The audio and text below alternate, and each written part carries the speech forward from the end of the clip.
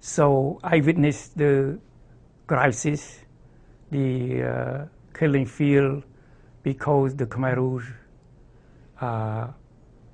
kill and starve and torture people to death, millions of people.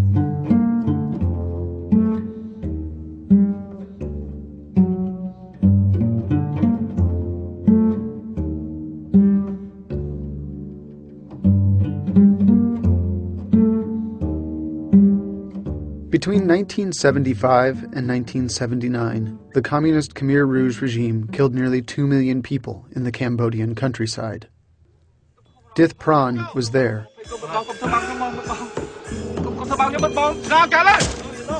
His story of survival under the brutal Khmer Rouge was told in the Academy Award-winning film The Killing Fields.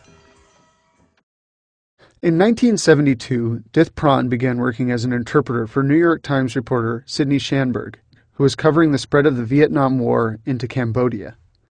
Together they reported on the war and eventually the collapse of the country. And Pran and I bonded, and I began to realize that he was just as obsessed a reporter, just as determined and driven as I was. Coming from a whole different sort of angle, parallax. His reason was he was convinced that the rest of the world just didn't know what his people were going through, what they were suffering. And that was his mission. In 1975, the American embassy evacuated as the Khmer Rouge closed in on Phnom Penh. Schanberg got Pran's family out shortly before the Khmer Rouge took the city on April 17th. Eventually Schanberg, like all journalists, was forced to leave Cambodia. Dith Pran could not, and he was soon swallowed into the regime's forced labor camps, where he had to hide his education. In order to survive, you have to pretend to be stupid because they don't want you to be smart. They think that the smart people will destroy them.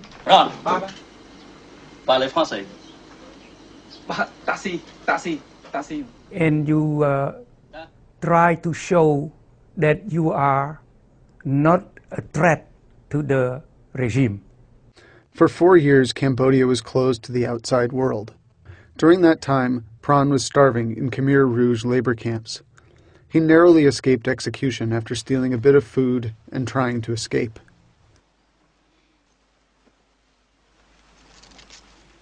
And that scene, it happened to me because they feel that I'm innocent. I get captured because I steal something, because I was starving to death. As a human being, people cannot allow you to starve and die. So he tolerated us.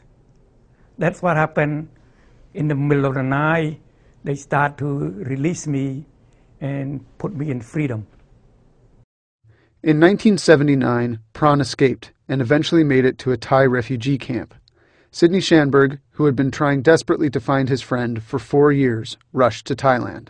And around the corner comes Pran, and he's hobbling because his diet, was so bad and couldn't run. And then I started to run, and then he ran into my arms, and I'm awfully glad that they kept that scene exactly as it was. And he just threw his legs around my waist, and we just hugged for I don't know how long. Well, I was crying, he was crying. And he said, "Oh, Sid, you came. And, and I said, after a while, "Can you forgive me for not getting you out?" She says, "There's nothing to forgive." Pran was soon reunited with his family in the United States. In 1980, he began working as a New York Times photographer, a post he held until 2007, when he entered a New Jersey care facility with cancer.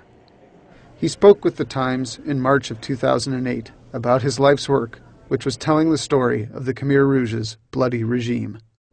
I promised myself, if I survive this killing field, I would not stop talking about this kind of crisis. The film, The Killing Fields, opened in 1984, and Pran continued to lecture on the genocide and lobbied to see the leaders of the Khmer Rouge tried for war crimes.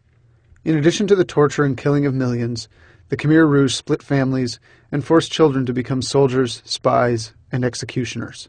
There are good children, there are bad children. The bad children, you cannot blame them because they took them and brainwashed them.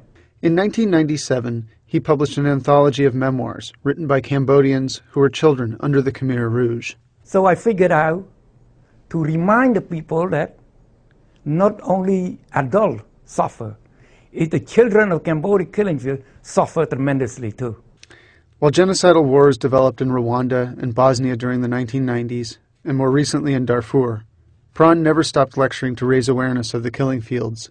Pran cared about journalism, but he cared about this one story most of all.